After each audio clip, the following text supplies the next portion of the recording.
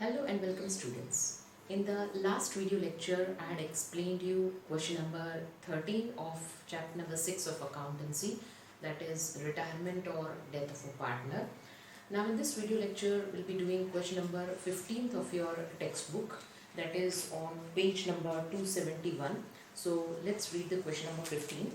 E, F and G are partners sharing profit and loss in the ratio of 4:3:3. There are three partners, that is E, F and G, and they are sharing their profit and loss in the ratio of 4:3:3. E retires on 31st March 2017. Out of the three partners, the first partner is retiring. Balance sheet of the firm on that date was as under. The old balance sheet that has been given to you in the question, that is capital of three partners, general reserve, creditors and bills payable. On the asset side, goodwill, that is the old goodwill that is to be distributed amongst the old partners in their old profit and loss sharing ratio. Land and building, freehold assets, furniture, stock, debtors and cash. Now let us have a glance at the adjustments. Following terms of retirement were decided in partnership agreement and among the partners. The first agreement, that was goodwill of the firm is valued at rupees 7,000. Now this goodwill is the goodwill of the entire firm. From that we have to find the share of the retiring partner, and that is to be distributed amongst the continuing partners in their gaining ratio. So we have to find the gaining ratio over here. But over here, no any new profit and loss sharing ratio is given to you. So whatever the old share that has been given to you, from that we'll subtract the share of the retiring partner. Suppose over here you can see the old ratio that is given to you 4:3:3. So out of that, the partner E is retiring. So we'll cancel the share of the retiring partner. So what would be the gaining ratio or the new ratio of the remaining two partners, that is 3:3. It means 1:1. So we'll distribute the share of goodwill of the retiring partner amongst the continuing partners in the ratio of 1:1. Okay.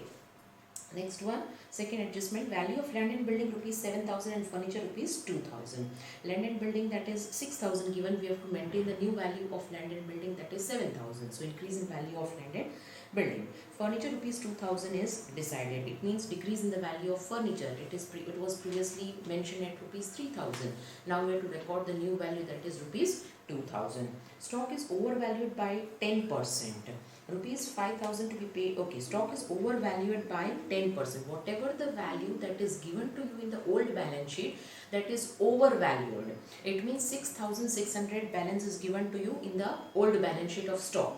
Now that is at the overvalued of 10%. So suppose actual value, that is 100. 10% more, so it would come to 110. Okay, so whatever the value that is given to you in the balance sheet, that is 6,600, that is the overvalued by 10%. So for 110,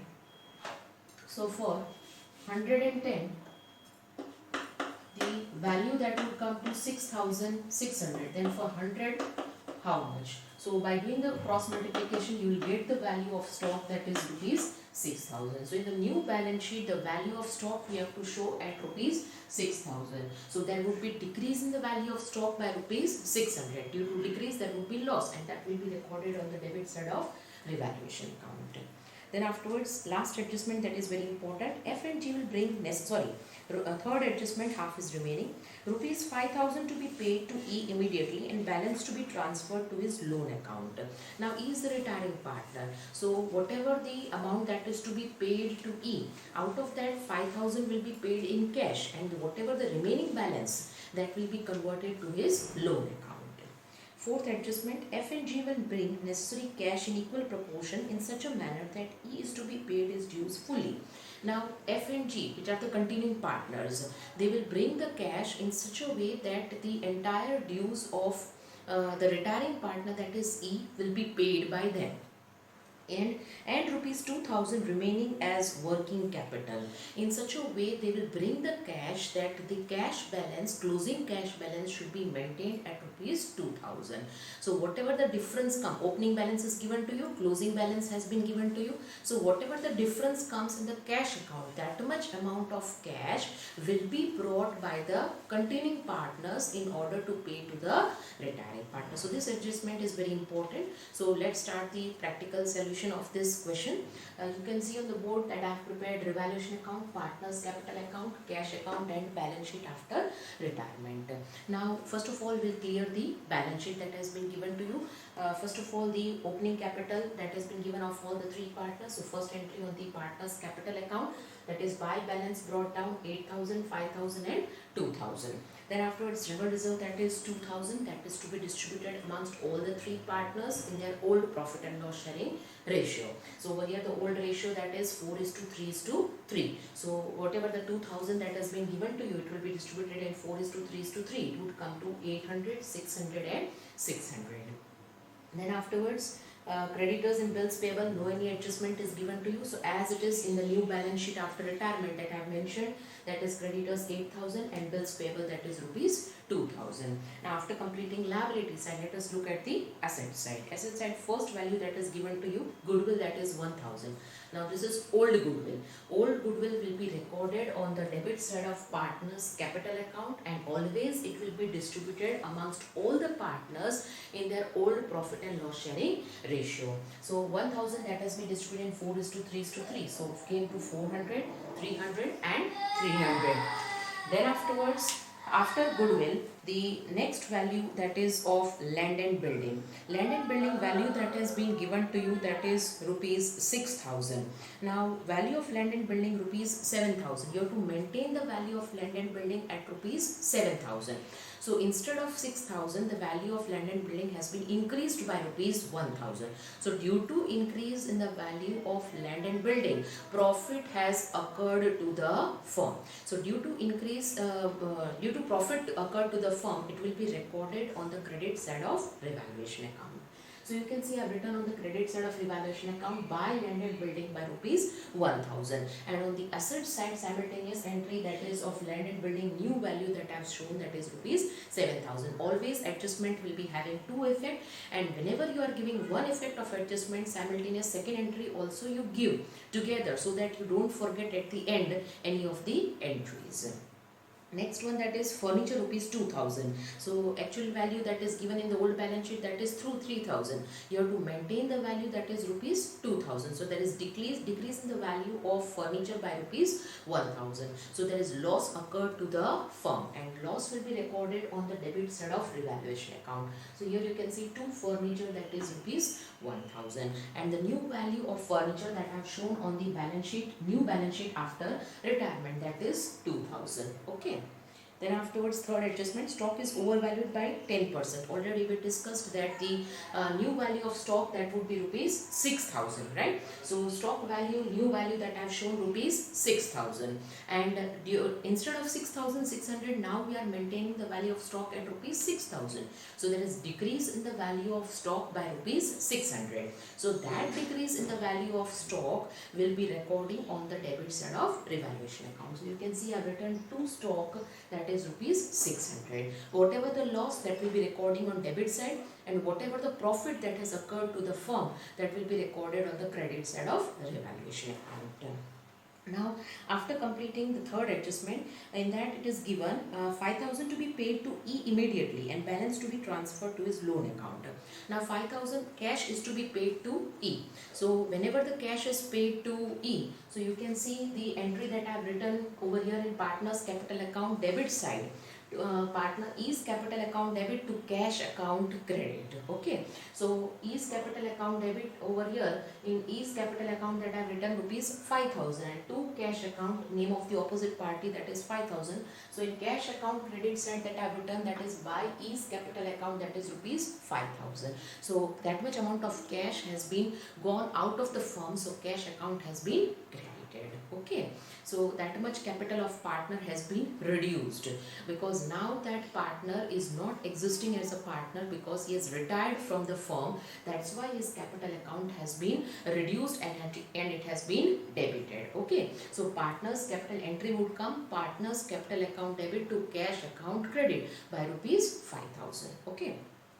Now the last adjustment for that, we have to first of all close all the accounts. So let's start with the revaluation account first of all. Revaluation account, you can see the debit side total is more, that is 1,600. So debit side total that I've put on both the side, difference that comes on credit side, so it is loss loss that comes to rupees 600. Now that 600 is to be distributed in which ratio? Already I have mentioned that is old ratio, 4:3:3. Okay, so it will come 240, 180 and 180. That loss which is on the credit side of revaluation account, that would, second entry that would come on the debit side of revaluation account. So here you can see on the debit side that I have written two revaluation account, that is rupees 240, 180 and 180. Over here one more adjustment, that is the first adjustment, that is of goodwill has been remained. Now goodwill value that is being given to you rupees 7,000. So out of 7,000, the share of retiring partner, what is the share of retiring partner? That is 4/10. E is the partner that is retiring. His share of goodwill, that would be 4/10. So 4/10, it would come to 2,800. Okay, so this 2,800, that is to be distributed in which ratio? Already I explained to you that it will be distributed in the ratio of 1:1, because the new profit and loss sharing ratio is not given to you. So after subtracting the share of the retiring partner, remaining share of the continuing partner, that will be their gaining ratio or new ratio. So remaining share, that is 3:3. So it would be considered as 1:1. So 2,800 will be distributed equally amongst the continuing partners in equal ratio, that is 1:1. Now what is the journal entry for distribution of the new goodwill? That is continuing partners capital account debit to retiring partners capital account credit. Now what are the continuing partners over here? Continuing partners, that is F and G. So F's capital account debit, G's capital account debit to E's capital account credit. Okay. So F's capital account debit, you can see F's capital account debit side I have written amount, that is 1,400, because 2,800 will divide into 1:1 ratio, it would come 1,400 for each. Okay, so F's capital account debit, G's capital account debit to E's capital account credit. To E's capital account credit 1,400 and 1,400. Okay, that is total coming to 2,800. Over here, F's capital account debit, G's capital account debit, name of the opposite party, that is to E's capital account. And over here, E's capital account credit, name of the two opposite party, that is F's capital and G's capital. That you are knowing that you have already studied in ledger posting how to do the posting of the related entries in the concerned account. Okay, so that was the entry of goodwill that was remained.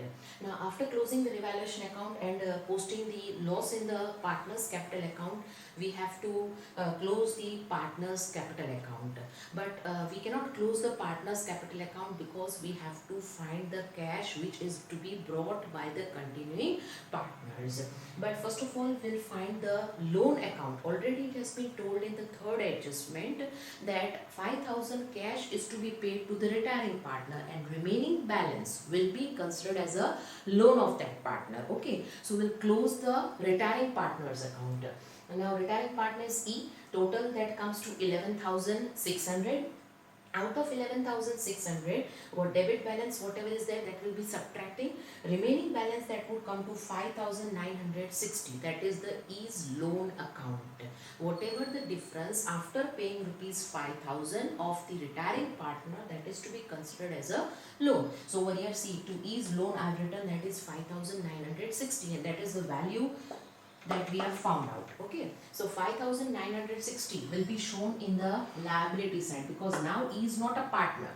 Whatever the difference come of E, that will be considered as loan, and that will be paid by the continuing partner. So E's loan account, that is 5,960. Now first of all, we'll close the closing cash account, because we have to maintain closing capital of cash. Closing cash, that is 2,000. See, in the last fourth adjustment it is given, and rupees 2,000 remain as working capital or cash. It means closing cash balance that should remain, that is rupees 2,000. So over here you can see in the cash account, two balance brought down, that is opening balance that is given to you 400. Already we had done the posting of the cash that is paid to the retiring partner, that is 5,000. Closing balance is given in the question in the adjustment, that is rupees 2,000. So doing the total of credit side, that comes to rupees 7,000. From 7,400 will subtract, then remaining that would be 6,600. Now that 6,600 is the amount of cash that is brought by the continuing partners in order to pay to the retiring partner, and that 6,600 will be distributed in which ratio? that is 1:1. So that would come to 3,300 and 3,300. So that cash, whatever they are bringing, next entry that would come to partners capital account. Okay, so cash account it is debit side, so partners capital account it would come to credit side. Okay, so what would be the journal entry? Cash account debit to F's capital account credit to G's capital account credit. Okay, so over here see F's capital account credit and G's capital account credit. Name of the opposite party, that is by cash account. F's column that is 3,300 and G's column that is also 3,300. So we have completed, found the whatever amount of cash that is to be brought by the continuing partners in order to pay to the retiring partners. Now we'll close the capital account of the continuing partners, that is F and G. Okay, so after getting the cash, whatever they are bringing, we'll do the total of F, that would come to 8,900. From 8,900, we'll subtract these three entries. The remaining closing balance of F, that would come to 7,020. In the same way for G, total that comes to 5,900 on credit side. Putting that same total on the debit side, after subtracting the debit entries, the remaining closing balance of G, that would come to 4,020. Okay, so we have got the closing balance of the continuing partners, and that closing balance will show in the new balance sheet after retirement. So here you can see I have written the closing balance of F and G, that is 7,020 and 4,020. Total that came to 11,040. Okay, and already creditors bills payable that we have done from the old balance sheet, the value as it is we have written. No any adjustment was there. Ease loan that we had found the closing balance of the retiring partner, that is 5,960. On the asset side, the new value of land and building, freehold assets, no any change was there, no any adjustment was there. So as it is from the old balance sheet, that is rupees 3,000. Furniture, the new value that we have written, that is 2,000. Stock also new value that we have written 6,000. Debtors, no any adjustment, so as it is from the old balance sheet, that is 7,000.